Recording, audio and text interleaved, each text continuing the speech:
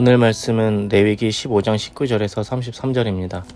어떤 여인이 유출을 하되 그 유출이 피면 7일 동안 불결하니 무릇 그를 만지는 자는 저녁까지 부정할 것이요 그 불결할 동안에 그의 누웠던 자리는 다 부정하며 그의 앉았던 자리도 다 부정한즉 그 침상을 만지는 자는 다 옷을 빨고 물로 몸을 씻을 것이요 저녁까지 부정할 것이며 그 좌석을 만지는 자도 다 옷을 빨고 물로 몸을 씻을 것이요 저녁까지 부정할 것이며 그의 침상과 무릇 그 좌석에 있는 것을 만지는 자도 저녁까지 부정할 것이며 누구든지 이 여인과 동침하여 그 불결에 전염되면 7일 동안 부정할 것이라.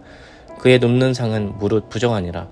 여인의 피에 유출이 그 불결기 외에 있어서 여러 날이 간다든지 그 유출이 불결기를 지나든지 하면 그 부정을 유출하는 날 동안은 무릇 그 불결한 때와 같이 부정한즉 무릇 그 유출이 있는 날 동안에 그의 눕는 침상은 그에게 불결한 때의 침상과 같고 무릇 그의 앉는 자리도 부정함이 불결의 부정과 같으니 이런 것을 만지는 자는 무릇 부정한즉 옷을 빨고 물로 몸을 씻을 것이며 저녁까지 부정할 것이요 그의 유출이 그치면 7일을 센 후에야 정하리니 그는 제8일에 산비둘기 둘이나 집비둘기 새끼 둘을 자기를 위하여 취하여 회막문 앞 제사장에게로 가져올 것이요 제사장은 그 하나는 속죄죄로 하나는 번제로 드려 유출로 부정한 여인을 위하여 여호와 앞에 속할지니라. 너희는 이와 같이 이스라엘 자손으로 그 부정에서 떠나게 하여 그들로 그 가운데 있는 내 장막을 더럽히고 그 부정한 중에서 죽음을 명쾌할지니라. 이 규례는 유출병이 있는 자와 설정함으로 부정을 입은 자와 불결을 앓는 여인과 유출병이 있는 남녀와 불결한 여인과 동침한 자에게 관한 것이니라. 아멘. 여성의 월경은 생명으로 이어지는 자연적인 생리 현상이지만 레위기 말씀에서는 월경이 찾아오면 여자는 7일간 부정한 상태라 말합니다.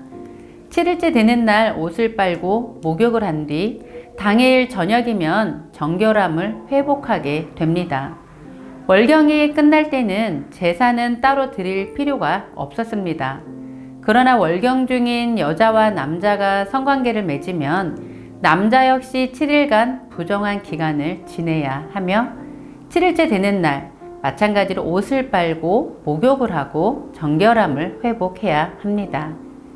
유출병이 있는 여인은 7일 동안 불결하며 유출병이 있는 여인을 만지거나 머물렀던 자리들 모두가 저녁까지 부정하게 됩니다. 피를 유출하는 여인은 월경하는 여인으로도 이해할 수 있습니다. 고대 사회 당시에는 여성을 차별하여 여성의 월경을 더럽다고 생각을 했습니다. 그러나 여성의 월경만큼 성경에서는 남성의 정액 설정도 똑같이 부정하다고 기록하고 있습니다. 이렇게 여성의 월경이나 남성의 설정이 부정하다고 했던 이유는 더럽다, 불결하다의 의미가 아니라 하나님께서 중요하게 여기시는 생명의 씨앗이 탄생으로 이어지지 않고 문 밖으로 나와 사라지기 때문입니다. 생명의 탄생으로 이어지지 않음을 하나님께서는 부정하다라고 말씀하신 것입니다. 월경기 이외에도 피가 계속 유출되는 여인은 부정한 여인이기에 이 여인을 만진 사람도 부정하게 되며 물로 씻어야 했습니다. 하나님께서는 왜 이렇게 몸에 대한 규례를 세세하게 말씀하셨을까요? 이유는 31절입니다. 너희는 이와 같이 이스라엘 자손이 그들이 부정해서 떠나게 하여 그들 가운데 있는 내 성막을 그들이 더럽히고 그들이 부정한 중에서 죽지 않도록 할지니라. 하나님이 이스라엘의 부정과 정결에 대하여 염려하시는 이유는 혹시 이스라엘 백성들이 오염된 몸으로 거룩한 성막에 들어갔다가 죽게 될까 염려하셨기 때문입니다. 하나님은 이스라엘 백성들에게 거룩하게 살도록 규례를 정하여 주셨습니다. 하나님이 거룩하신 분이기에 이스라엘 백성도 거룩함으로 하나님을 만날 수 있기 때문입니다. 레위기의 정결 규례를 통해서 하나님은 개인도 보호하시며 연약한 자도 보호하시며 공동체도 보호하셔서 당신이 선택한 백성들을 끝까지 놓지 않으시고 책임지시는 분이심을 알 수 있습니다. 하나님은 레위기 5대 제사를 통해 예수 그리스도를 준비하셨음을 보여주셨듯이 정결 규례를 통해서 도저히 인간의 힘으로는 치유될 수 없는 병들이 예수님을 만남으로 치유되는 사건들을 보여주십니다. 부정하게 여겨졌던 나병 환자가 예수님을 만나 깨끗함을 받았던 것처럼 12해 동안 혈루병을 앓는 부정한 여인이 예수님의 옷자락을 만짐으로 혈루병이 즉시 나았던 것처럼 모든 이들이 예수 그리스도를 통하여 회복되어질 것임을 말씀하고 있는 것입니다.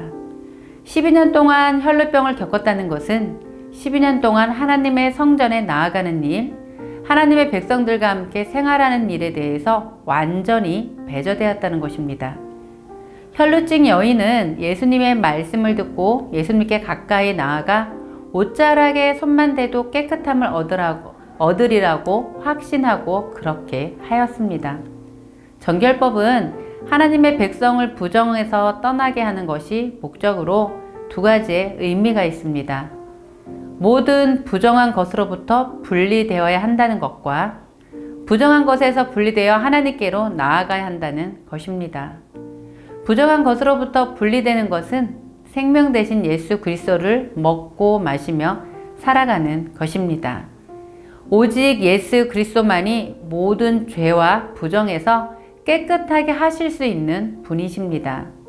거룩과 정결함의 이름을 가진 예수님은 십자가에서 모든 죄를 짊어지는 부정한 자가 되셨습니다. 그런데 그곳에서 하나님이 죄를 알지도 못하신 예수님을 우리를 대신하여 희생 제물로 삼으셨습니다. 십자가에서 입은 그분의 상처로 우리는 모든 허물과 부정이 나음을 얻었습니다. 생명을 주시고 회복하시는 그분의 사역이 가능한 이유는 그분이 우리의 모든 죄와 부정을 제거하여 우리를 깨끗하게 하는 희생 제물이 되셨기 때문입니다. 레위기에서 보여지는 모든 부정과 정함에는 예수 그리스도가 보여집니다. 예수 그리스도만이 해결자이심이 드러나는 것입니다. 그렇다면 예수 그리스도를 통해 우리가 어떻게 깨끗하여질 수 있을까요? 회개입니다.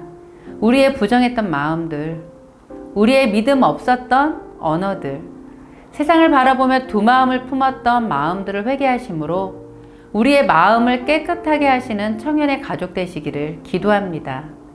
오늘 말씀을 기억하며 기도하기 원합니다. 우리를 모든 죄와 부정으로부터 깨끗하게 하신 예수님께 감사하며 정결한 삶을 살게 하여 주옵소서.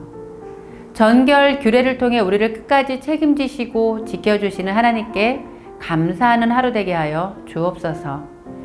오늘은 우리의 부정적인 언어, 정하지 못했던 행동들을 돌이켜보며 주변의 모든 이들에게 하나님의 거룩한 성령의 언어를 사용하시는 성도님들 되시기를 축복합니다.